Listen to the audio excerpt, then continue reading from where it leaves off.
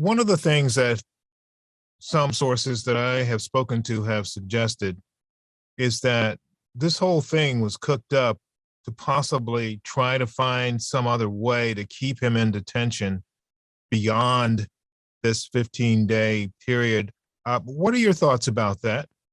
Well, absolutely. It is a definite possibility because it has happened before on numerous occasions in other cases against opposition figures in Russia.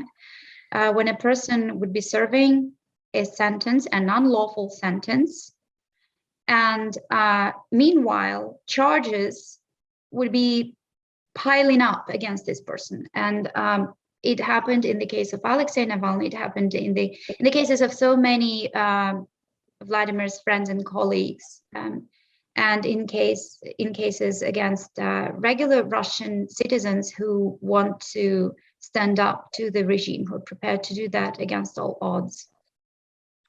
So it is a definite possibility. We think that this was probably the reason why this particular article was used against him. It was failure to obey a police order.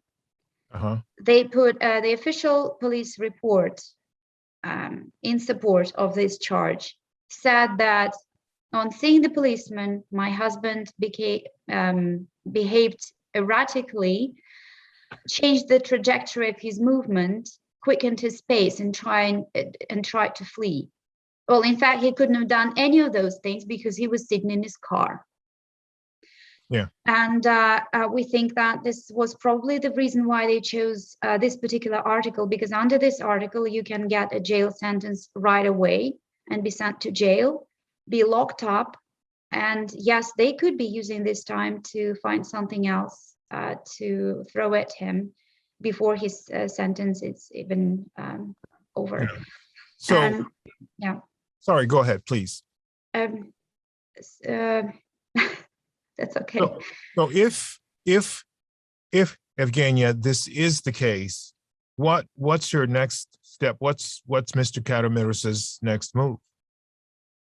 Well, we're gonna continue fighting. We are gonna fight as fiercely as we can for the release of my husband, as well as for the release of all prisoners of conscience in the Russian Federation. Since the beginning of the war, even before the war, according to Russia's Memorial Human Rights Center that was shut down on the government's orders in December of last year, there were over 400 people in Russia who were serving unlawful prison sentences for their political views and religious beliefs. That was before the war broke out. Since the beginning of the war, over 15,000 people have been detained across Russia for opposing the war, for saying no to Putin's atrocities in Ukraine, and hundreds of people are now serving jail sentences, unlawful jail sentences, similar to my husband's. For example, just recently, a St. Petersburg artist, Alexandra Skochilenko, was arrested and is now facing up to 10 years in prison for switching price tags at a local store for anti-war messages. Similar actions have been carried out in other Russian cities. Two people, one in Moscow and one in Ufa, were arrested for holding peaceful, silent demonstrations, solitary demonstrations, with a copy of Leo Tolstoy's War and Peace in hands. A young girl was arrested for going out in the street with a blank sheet of paper, a blank one that didn't say anything. A man in Khabarovsk was just recently detained for going out in the street with a slogan that said, "I'm not afraid." Several people surrounded him and started chanting, "We're not afraid." They were all detained and are facing jail sentences or, I don't know, worse. Yeah. So Putin himself has publicly attacked those Russians who emigrate as a result of this war, that they're forced to flee their country because they're afraid of persecutions and because they're afraid for their lives and the lives of their children, and people, Russians, who continue opposing the war, protesting against it in Russia, as traitors and scum. So the regime is prepared to do anything to silence these people.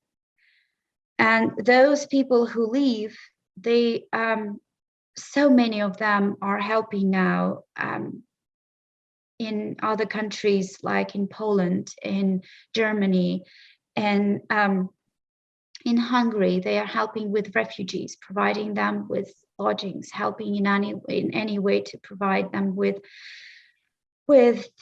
anything necessary. And there have been several very important initiatives by Russian citizens organized outside of Russia, like the Free Russia Foundation, for example.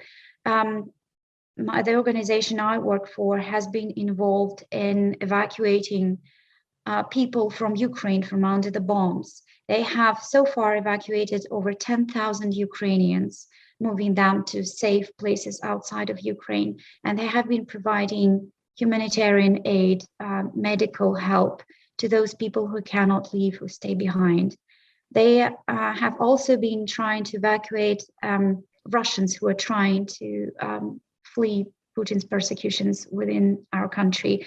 And they have so far evacuated over 2,000 Russians from Russia itself.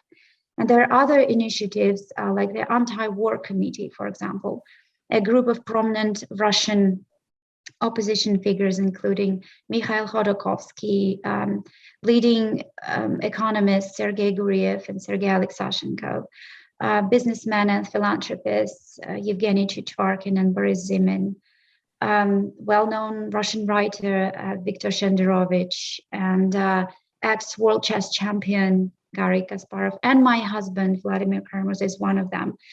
They've set up an anti-war committee that is now coordinating several important initiatives that provide legal aid, humanitarian aid to people in Ukraine and people who are forced to flee Russia. In fact, as for the anti-war committee, my husband is the only person out of all founders who is still going back to Russia on a regular basis. Mm-hmm. The rest of them were forced to become exiles. They were forced to leave. What is the truth about who supports this war? Is that the majority? Is the majority of Russia's population in support of this war or not? I do not believe that the majority of the Russian population supports this war.